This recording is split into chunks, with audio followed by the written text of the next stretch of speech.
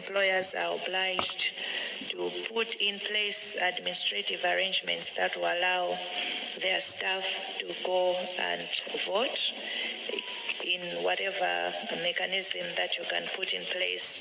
But the point is, make sure you put in mechanisms to allow all your employees who are registered voters to go and exercise their right.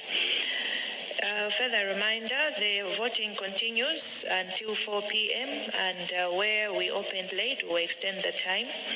But we urge you to go and vote whilst there's still time. Let us not delay. We'll be giving regular updates in the course of the day. For the meantime, we also wish to inform the nation that we have been informed of the issues to do with the local government elections in Iyembe Ward in Karonga.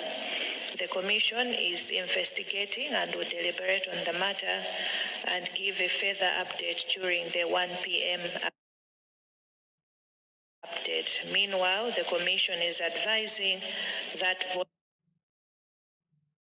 should continue in Iyembe Ward. Thank you very much. God bless you all.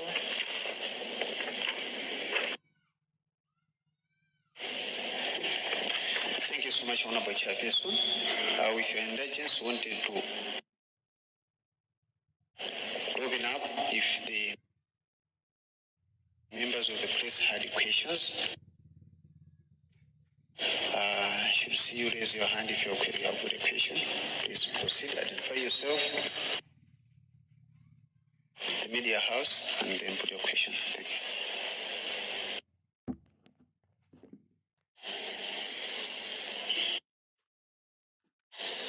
Chair, ndine Cyrus Pili kuchokera ku story kwa FM. Tikazungulira masenta amene mukuponyedwa mavoti. Timayembekezera kuti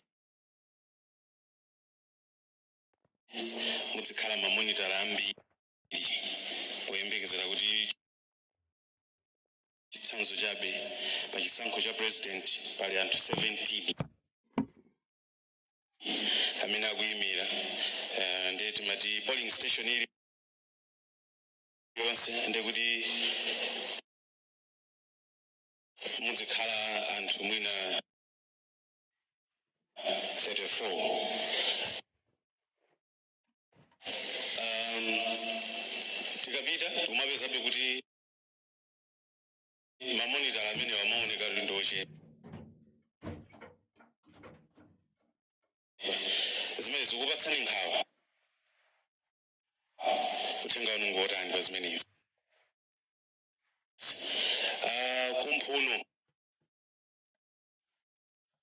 Mphuno center chakwa Chinsapo munthu wina akuti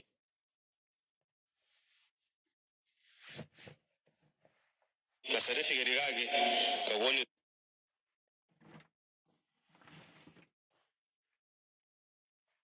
sakuti amene aponye ku center imeneyo koma akapanga